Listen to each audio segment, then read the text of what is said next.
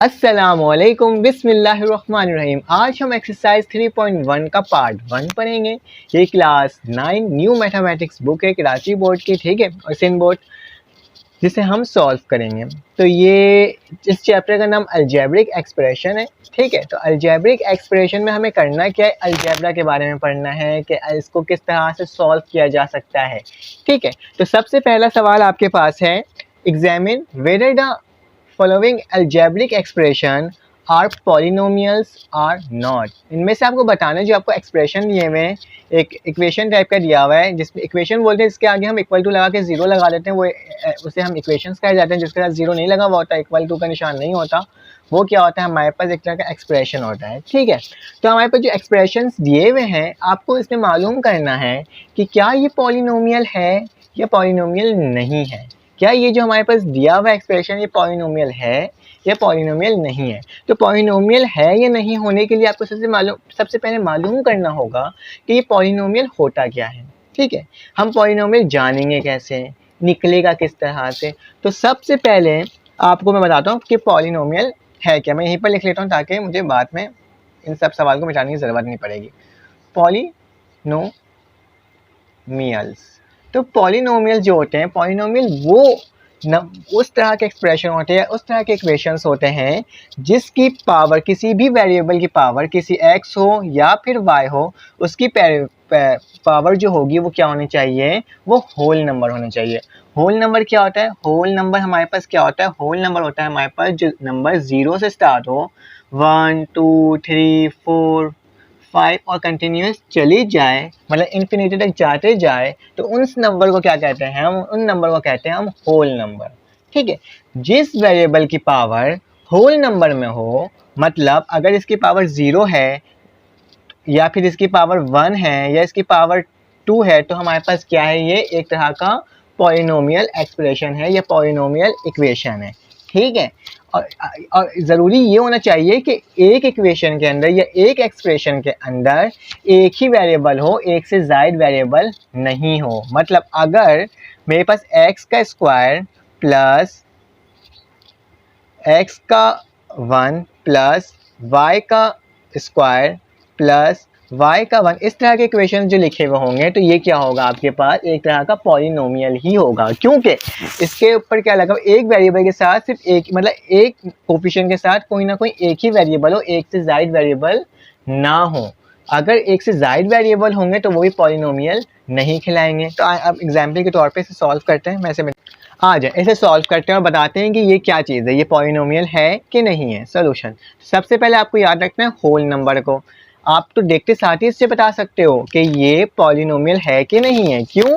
क्योंकि देखो ये x भी लिखा हुआ है, y भी लिखा हुआ है, दो वेरिएबल का एक साथ होना मतलब ये पॉलिनोमियल नहीं है। तो इसमें क्या आ जाएगा, नॉट पॉलिनोमियल,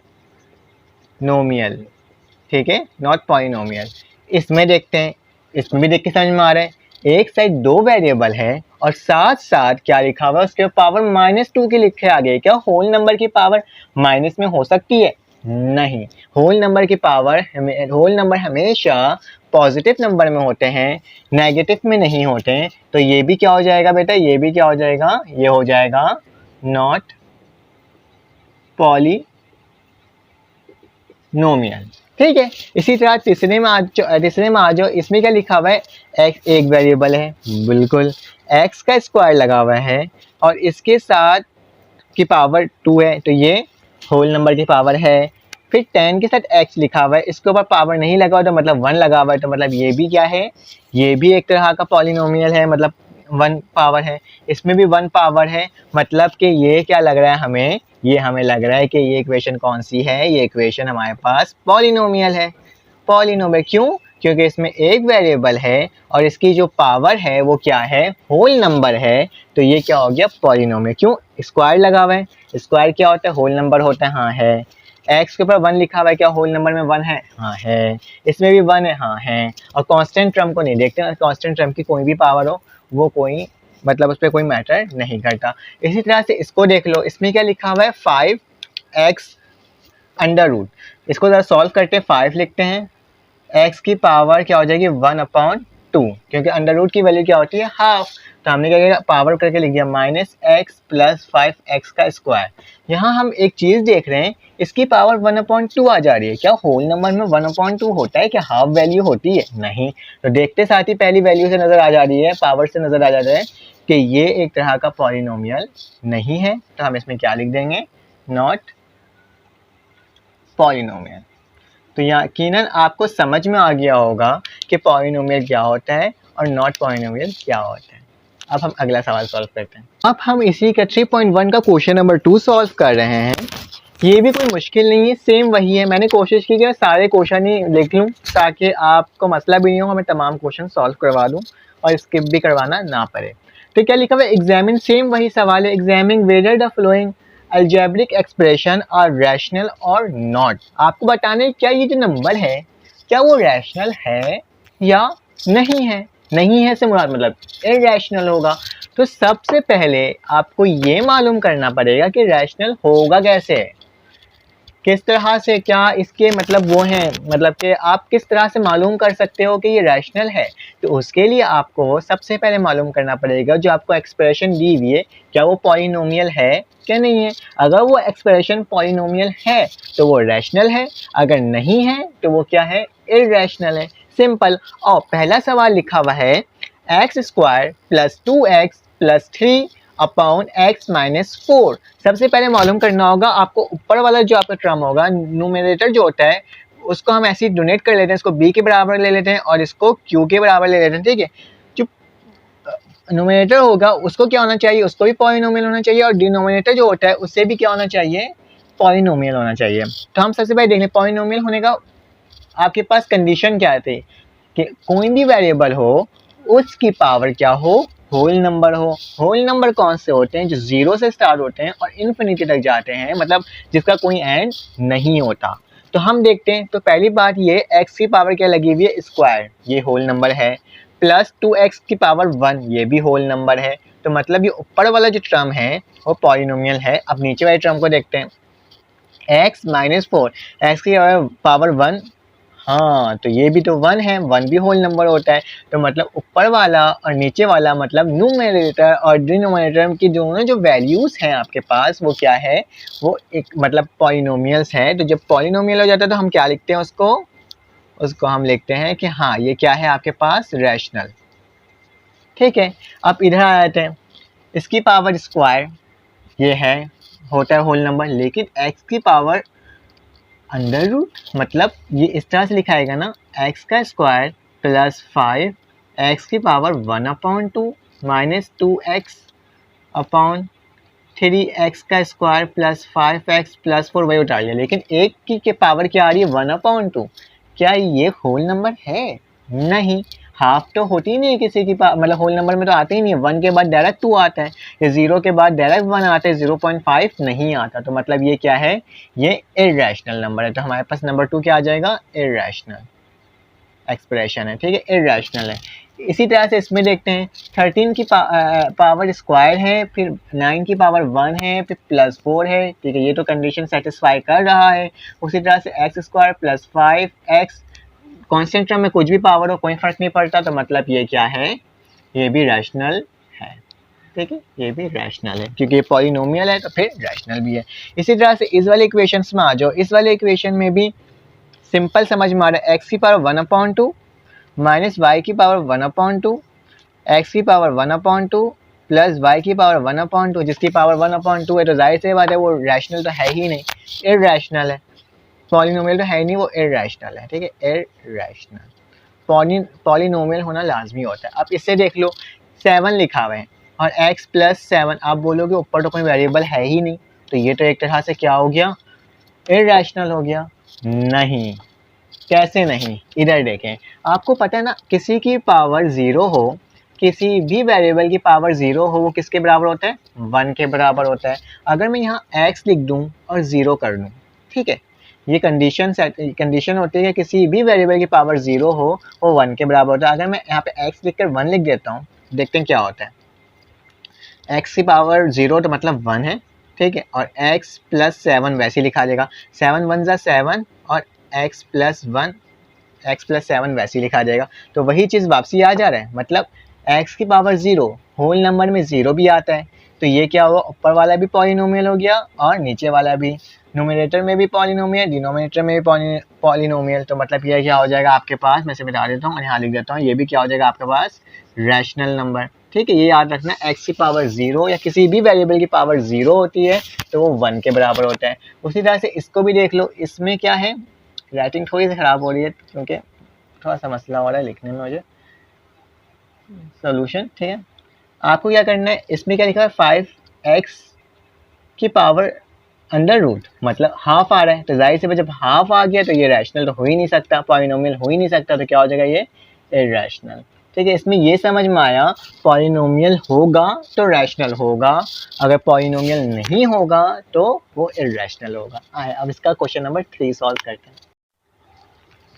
अब हम क्वेश्चन नंबर 3.1 का क्वेश्चन नंबर 3 सॉल्व करें। सवाल में क्या लिखा हुआ है, लिखा हुआ है reduce the following into their lowest form.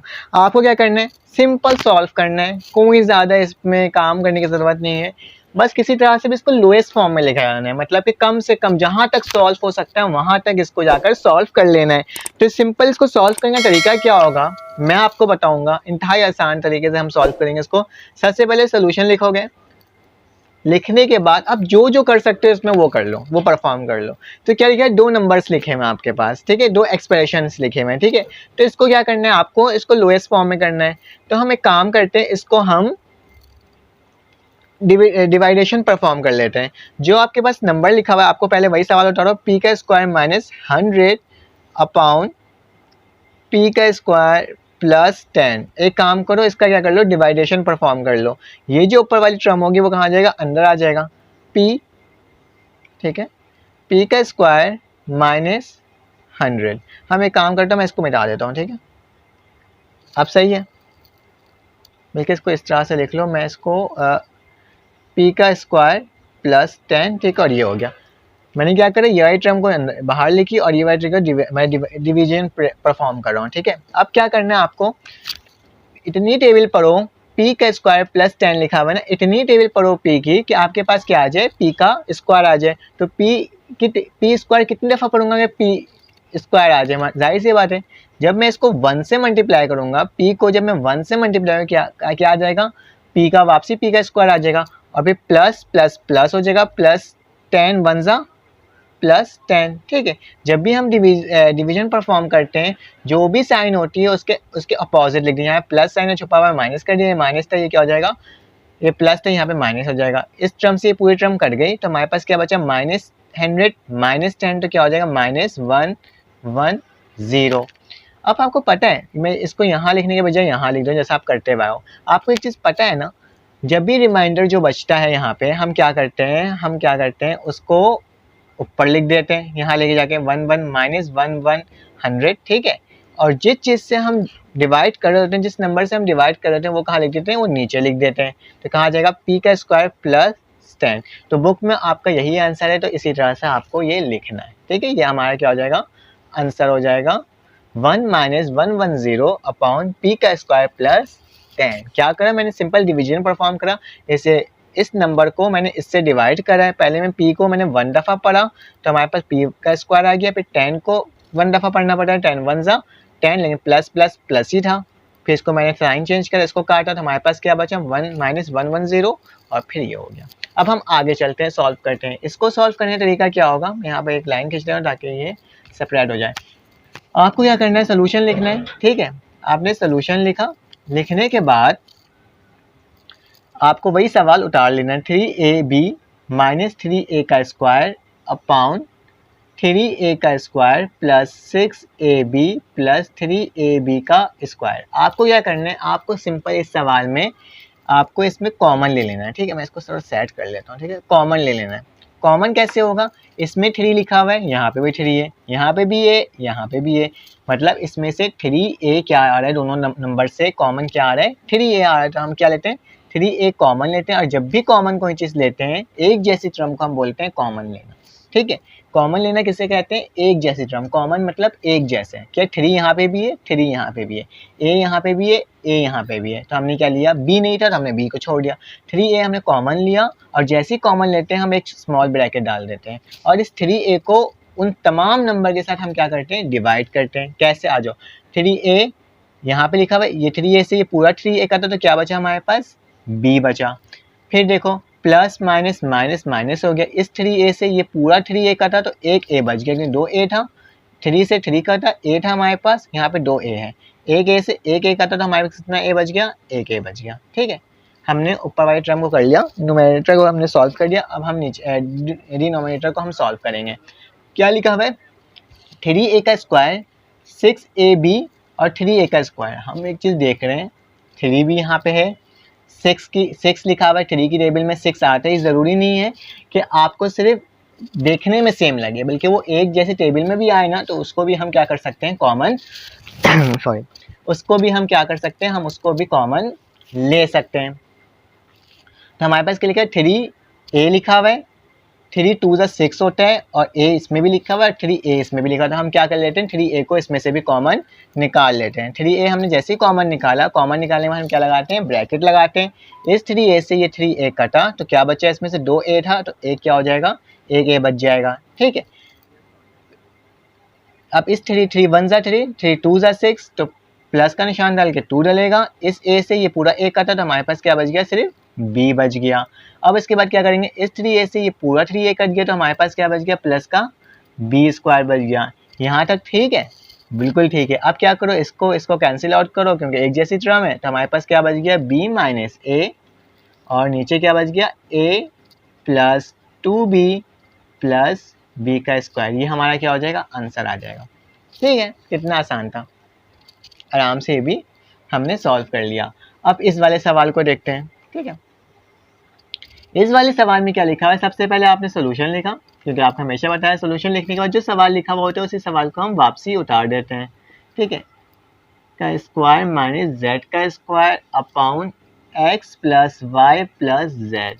आपको ना किसी तरह से ना इसको सॉल्व करना है, सिंपल है, रिड्यूस फॉर्म में लिखना है, सबसे लोएस्ट फॉर्म में जाके इसको लिख देना है। कैसे हो सकता है, आपको एक फार्मूला पता है, ये स्क्वायर लगा हुआ है, ठीक है, और ये क्या लिखा हुआ है, z के ऊपर भी स्क्वायर लगा हुआ है, बीच में माइनस का निशान है। तो यकीनन आपको एक फार्मूला मालूम होना चाहिए, a का स्क्वायर माइनस b का स्क्वायर बराबर होता है a स्क्वायर माइनस आपको मालूम होना चाहिए कि इसमें कौन सा फार्मूला, एक फार्मूला होता है a का स्क्वायर माइनस b का स्क्वायर, हम उस वाले फार्मूला लिखते हैं और इसमें इसको सॉल्व करते हैं। ठीक है, a का स्क्वायर माइनस b का स्क्वायर बराबर होता है a प्लस बी, और एक होता है a माइनस बी। तो हम क्या कर सकते हैं, इस वाली टर्म को, इस पूरी टर्म को इस फॉर्म में लिख सकते हैं। हाँ, लिख सकते हैं। इसको हम पूरा a ले लेते हैं, इसको हम b ले लेते हैं, और इसको इस फॉर्म में हम खोल लेते हैं। आ जाओ करते हैं। क्या लिखा हुआ है, a प्लस बी और a माइनस बी लिखना। तो a हमारे पास क्या है, यहाँ पे x प्लस, यहाँ पे लिख भी सकते हो आप, a आपके पास बराबर है x प्लस वाई, जबकि b आपके पास बराबर है z के। तो सिंपल a प्लस बी लिखना है पहले। तो क्या लिखोगे बेटा, x प्लस वाई, फिर प्लस b की वैल्यू क्या है, z। ठीक है, और फिर लिख लो a माइनस बी लिखना है, a की वैल्यू क्या है, x प्लस वाई, फिर इसके बाद कौन सा निशान है, माइनस का निशान डालना, और z की वैल्यू z, b की वैल्यू क्या है, z है। और इस पूरे के साथ आप क्या डाल दोगे, जो नीचे वाली वैल्यू लिखी हुई है, x plus Y plus z। अब देख लो x plus Y plus z और x plus Y plus z same same हो रहा है, इसको काटो, जो बचा वो आपका क्या होगा, फाइनल आंसर हो जाएगा। x plus Y minus z, ये आपका क्या होगा बेटा, फाइनल आंसर होगा। ये इसका एक तीसरा सवाल मैंने उसमें लिखा नहीं था, वो मेरे से मिस हो गया था। अभी इसको हम सॉल्व कर लेते हैं। इस सवाल को सॉल्व करने का तरीका क्या होगा, जो सवाल लिखा हुआ है बेटा उसको हमें क्या करना है, वापसी उतार लेना है। आ जाओ उतारते हैं। a माइनस बी, ठीक है, a का square plus A B upon, ये पूरे में नहीं है, हाफ हाफ है, ठीक है, a प्लस बी, और यहाँ पे क्या लगा हुआ है बेटा, यहाँ पे लिखा हुआ है 2a का स्क्वायर माइनस 2b का स्क्वायर। तो सबसे पहले हम क्या करेंगे, सबसे पहले हम कॉमन लेंगे। क्या लेंगे, कॉमन। जहाँ जहाँ हमें चीज़ें कॉमन नज़र आएगी हम उसे कॉमन कर लेंगे।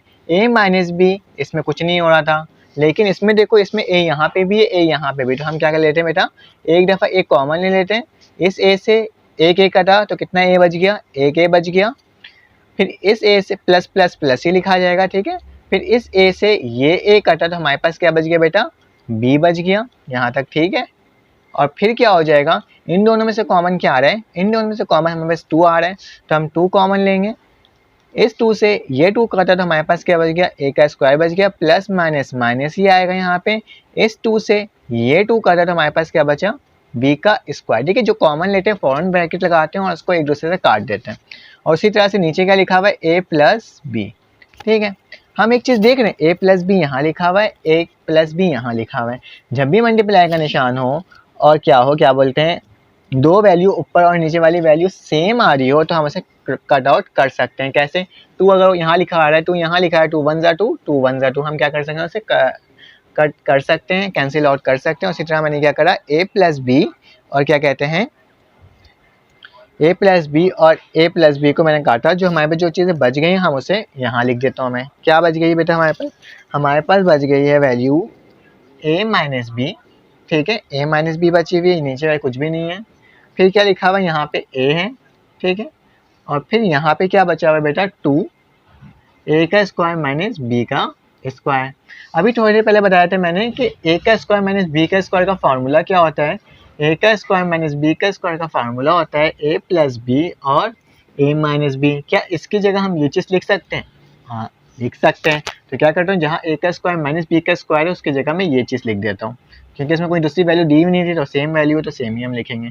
a माइनस बी हमने वैसे ही लिखा, मल्टीप्लाई का निशान हमने वैसे ही डाला, a जैसे लिखा हुआ वैसे ही लिख दिया, 2 जैसे लिखा हुआ 2 को वैसे ही लिख दिया। लेकिन इसकी जगह हम क्या लिखेंगे, आप ये लिखेंगे क्योंकि फार्मूला में खुल रहा है, a प्लस बी और a माइनस बी। अब एक चीज़ देख लो, a माइनस बी यहाँ पे भी, a माइनस बी यहाँ पे भी हमने काट दिया, क्योंकि मल्टीप्लाई का निशान था तभी हम इसे काटे हैं, अदरवाइज नहीं काट सकते थे।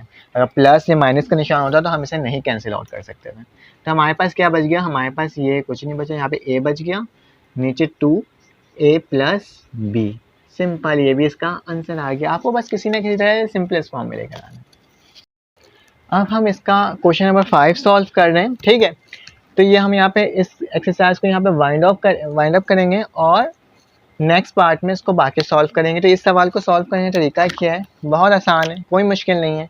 आपने क्या लिखना है, सोल्यूशन लिखना है और इसी सवाल को वापसी उतार लेना है। क्या लिखा हुआ है, m का स्क्वायर माइनस 6m और 3m plus 15 divide by 2m minus 12। आपको ना हर सवाल सॉल्व करने के लिए कोई ना कोई ट्रिक इस्तेमाल करनी पड़ती है मैथमेटिक्स में। ठीक है, तो इसमें क्या है, इसमें आपको बुक के अकॉर्डिंग आंसर लाने के लिए आपको क्या करना पड़ेगा, डिवाइड करवाना पड़ेगा और मल्टीप्लाई करवाना पड़ेगा। मतलब दोनों साइड आपको m से इसको डिवाइड करवा देना होगा। ठीक है, मतलब तो हर सवाल को सॉल्व करने के लिए कोई ना कोई ट्रिक हमें इस्तेमाल करनी होती है। तो इसको सॉल्व करने के लिए आपको क्या करना पड़ेगा, m से मल्टीप्लाई और आपको क्या करना पड़ेगा, इसको डिवाइड करवाना पड़ेगा। ठीक है, तो तभी इसका बुक के अकॉर्डिंग आंसर आ सकता है। तो हम एक काम करते हैं, हम यहाँ पे लिख देते हैं पहले इंग्लिश में, dividing and multiply by m। हम क्या करें, डिवाइड और मल्टीप्लाई करवा रहे हैं, किससे, m से करवा रहे हैं। तो वही जो सवाल लिखा हुआ हमने उसको वैसे ही उतारा, m का स्क्वायर माइनस 6m। इस सवाल को सॉल्व करने के लिए हमें ये चीज़ करना लाजमी ही है। ठीक है, अपॉन 2m माइनस 12। हम क्या करें, डिवाइड और मल्टीप्लाई करवा रहे हैं, किससे, m से कर रहे हैं। इसको इससे मल्टीप्लाई करो, इसको इससे मल्टीप्लाई करो, तो हम तो m को डायरेक्टली लिख दे रहे हैं, इतना कैलकुलेशन में नहीं जाते हैं। ठीक है, 3m प्लस 15। ठीक है, इसको हमने वैसे ही उतार लिया, इसको मल्टीप्लाई करवा देते हैं। m ज़ा क्या हो जाएगा, m ज़ा m का स्क्वायर और 2 वैसे लिखा आ जाएगा और ये माइनस का निशान माइनस, तो ये m 12 से मल्टीप्लाई हो तो क्या हो जाएगा, m ही आ जाएगा। अब क्या करो आप बेटा, इसमें से 2 को कॉमन ले लो, क्योंकि हमने m तो मल्टीप्लाई और डिवाइड ही करवाया था। अगर हम उसको कॉमन लेंगे तो क्या होगा, जो आपके पास सवाल बना था ना वो सेम टू सेम वही आ जाएगा। तो हम क्या करते हैं, इन दोनों में से हम 2 को कॉमन लेते हैं। हमने 2 को कॉमन लिया तो क्या बचा, 2 से ये 2 करा तो हमारे पास क्या बचा, m बचा का स्क्वायर बचा, माइनस 2 1 ज़ा 2, 2 6 ज़ा 12, तो 6 यहाँ पे बचा और m बचा। क्या हो रहा है, ये पूरी टर्म क्या हो रही है, अब हमारे पास कट जा रही है। ठीक है, तो हमारे पास क्या बचा, m और हमारे पास 3m प्लस 15 और नीचे क्या आ जाएगा बेटा, 2। ये हमारा क्या हो जाएगा, आंसर। सिंपल, कितना आसान था। बाकी सवाल हम नेक्स्ट पार्ट में करेंगे इंशाल्लाह।